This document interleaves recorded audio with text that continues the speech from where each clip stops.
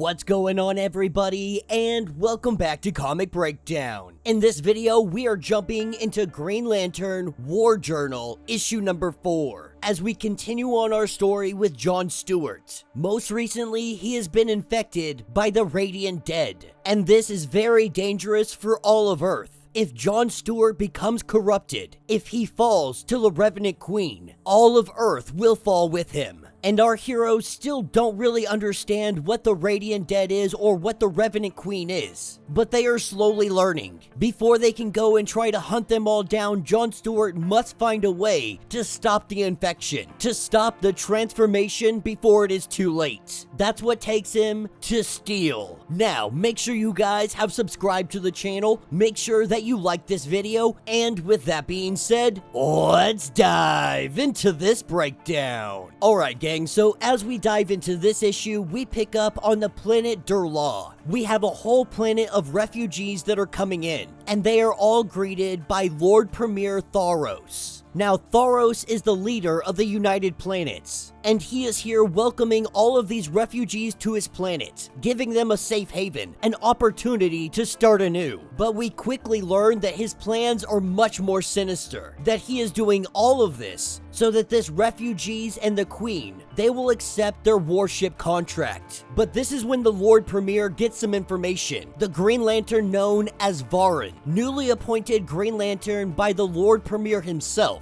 he went out on his own little cowboy mission. He went to the quarantine sector of 2814. And he has not been heard from again. Now, the Lord Premier knows that this is dangerous grounds. He comes from a very high family, and their influence helps keep the Lord Premier where he is, keeps him seated in the seat of power. So he gives the order to gather a team of lanterns of their choosing, ones that they trust, and then go find this missing Green Lantern. And if you can't find him, if he is not alive, then find somebody to blame. This is what picks us up with Jon Stewart, and he is currently with Lantern Shepard. Right now, he is teaching Jon Stewart how to use the ring to traverse his own mind. The Jon Stewart from his world called it Soul Trek. It's a walkabout inside one's own essence, a way to heal wounds and trauma. But inside of his essence, the depths of the Radiant Dead's infection seem very troubling as we see the ground begin to crumble. The Radiant Dead come for Jon Stewart. And so Jon and Lantern Shepard together, they wield their power rings and they fight against the horde that is descending down on them. As they fight, Jon recognizes that Lord Shepard has some pretty unique skills when it comes to his power ring. But Jon Stewart still sees a shortcoming. He has an over-reliance on the ring, like many young lanterns. Now, Shepard would say that this is their only weapon. How can you use it as an over-reliance? This is where Jon tells him that you better hope that's not true. While a ring is a very powerful tool, your most powerful tool, your most powerful weapon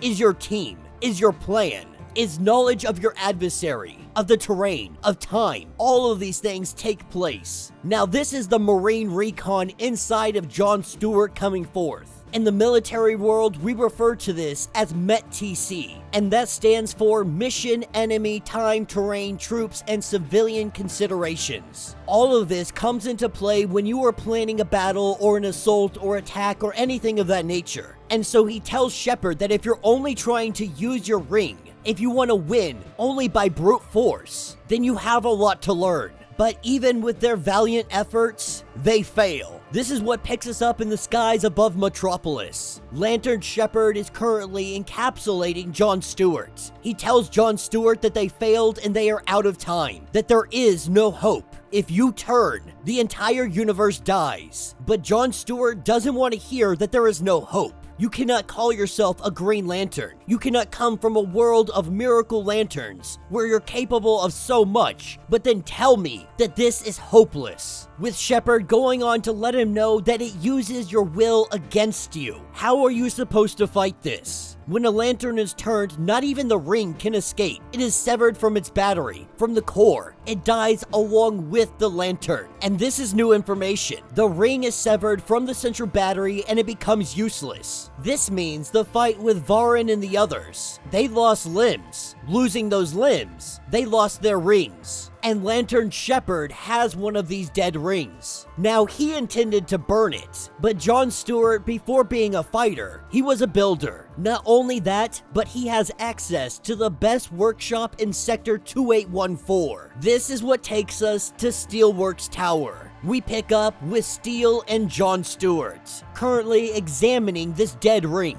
Now, Steel says that this ring, this is the exact point where technology becomes magic. There's circuitry in there, but calling it circuitry, it is hilariously short. It is more like a pocket dimension, governed by the mind rather than laws of physics. At the end of the day, this thing is still a machine though, one that has been cut off from its user, its battery, and the rest of the core. This theoretically opens the door to jump-starting the ring with a new power source. That power source is going to be Genesis. Now, if you've been following the Superman comics, you know what Genesis is. It is the power source used to bring the refugees from Warworld here to Earth. A source of power so great, they don't even know what to do with it yet, but it has infinite potential. As they discuss this, we begin to see Jon Stewart turning, the infection grabbing hold of him. He tells everybody to clear out, that he's going to test this one way or another, regardless if it takes his life. Him dying here would be better than the alternative, which would be him succumbing to the infection. But Lantern Shepherd decides that he's not leaving Jon Stewart's side. The Builder sent him to save this world, and he can't do it without Jon Stewart. If they are going to die, they are going to do it together. This is where we see the Genesis energy beginning to stabilize, and it is more than ready. The ring begins to respond. Something begins to happen as the power surges in all directions. Steel yells to shut it all down.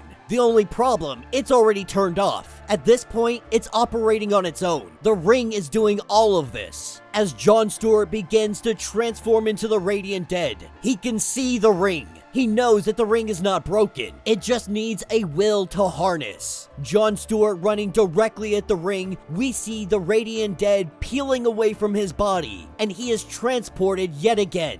Another soul trek.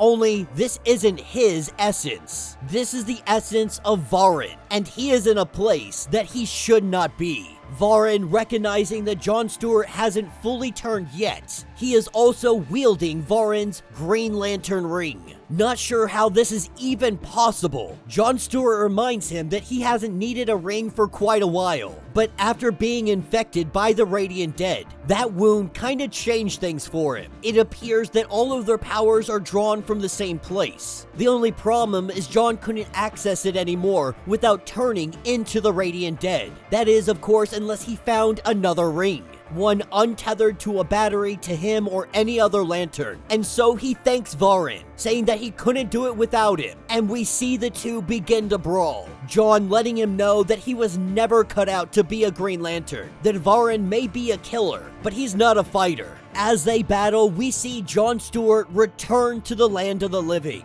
Jon Stewart is back, the infection is gone, and the ring is now his. But more than that, it still has a connection to the Radiant Dead. He can feel them, he can now find them, which means it is time for Jon Stewart and Green Lantern Shepherd to begin their hunting.